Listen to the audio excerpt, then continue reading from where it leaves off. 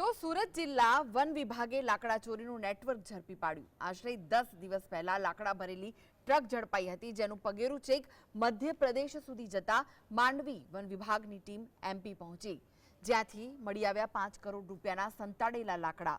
One વિભાગે મુદ્દામાલ જપ્ત કરીને ડેપો મેનેજર આરિફ અલી અમજદ અલીની ધરપકડ કરી। સુરતના માંડવી પંથકમાં સામે આવ્યું લાકડા ચોરી કૌભાંડ। ફિલ્મ પુષ્પાની સ્ટાઇલમાં ખેરના લાકડાની ચોરી। 4 વર્ષથી ચાલી રહ્યો હતો લાકડાની ચોરીનો ખેલ। સુરત જિલ્લાના આદિવાસી વિસ્તાર ગણાતા માંડવી પંથકમાં મોટો જંગલ વિસ્તાર આવેલો છે, જ્યાં લાકડાની ચોરીના એક નેટવર્કનો પર્દાફાશ થયો। માંડવી દક્ષિણ રેન્જની વન વિભાગની ટીમે લાકડાની ચોરીનો ખેલ ઉઘાડો પાડ્યો।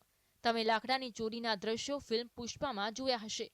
અહીં પણ આવી જ તરકીબો અજમાવીને ચોરીના ચોકઠા ગોઠવાયા। ગુજરાતના વીરપ્પનનો છેલ્લા ઘણા સમયથી જંગલ વિસ્તારમાં સક્રિય બનીને લાકડા ચોરીનું નેટવર્ક ચલાવી રહ્યા હતા।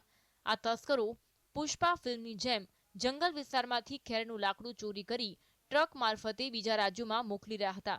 થોડા દિવસો પહેલા માંડવીની દક્ષિણ રેન્જની વન વિભાગની ટીમે જંગલ વિસ્તારમાંથી ખેરના લાકડાને ચોરી કરી લઈ જતી ટ્રકને ઝડપી પાડી હતી।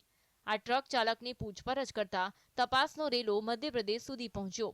વન વિભાગે તપાસ કરતા ચોરીનું નેટવર્કનું પગેરું મધ્યપ્રદેશના અલીરાજપુરના એક ડેપોમાં નીકળ્યું। અહીં વન વિભાગે લાકડાના ડેપોમાં મોટા પ્રમાણમાં ખેરના લાકડાનો જથ્થો મળી આવ્યો। ડેપોમાંથી 2000 મેટ્રિક ટન એટલે કે 5 કરોડથી વધુનો મુદ્દામાલ જપ્ત કરાયો।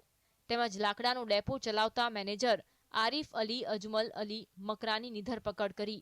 આ લાકડા ગેરકાયદેસર રીતે ભરી વાહતુક કરી અને મધ્યપ્રદેશ રાજ્યના અલીરાજપુર ખાતે સ્ટોક હતો, ત્યાં લાકડાનો સંગ્રહ કરતા હતા। ત્યાં ટીમ બનાવી અને ત્યાં અલીરાજપુર ખાતે જઈ ત્યાં સ્થાનિક ફોરેસ્ટ ઓફિસરોને સાથે રાખી અને રેડ કરતા ત્યાંથી અલગ અલગ જથ્થો મળી આવે। માંડવી દક્ષિણ રેન્જ વન વિભાગની ટીમને ડેપો મેનેજરની પૂછપરછમાં ઘણી ચોંકાવનારી માહિતી મળી આવી। છેલ્લા 4 વર્ષથી ખેરનું લાકડું સગેવગે કરાતું। લાકડાની ચોરી કરનારા વીરપ્પનો દક્ષિણ ગુજરાતના જંગલોમાંથી ખેરનું લાકડું ચોરી કરતા।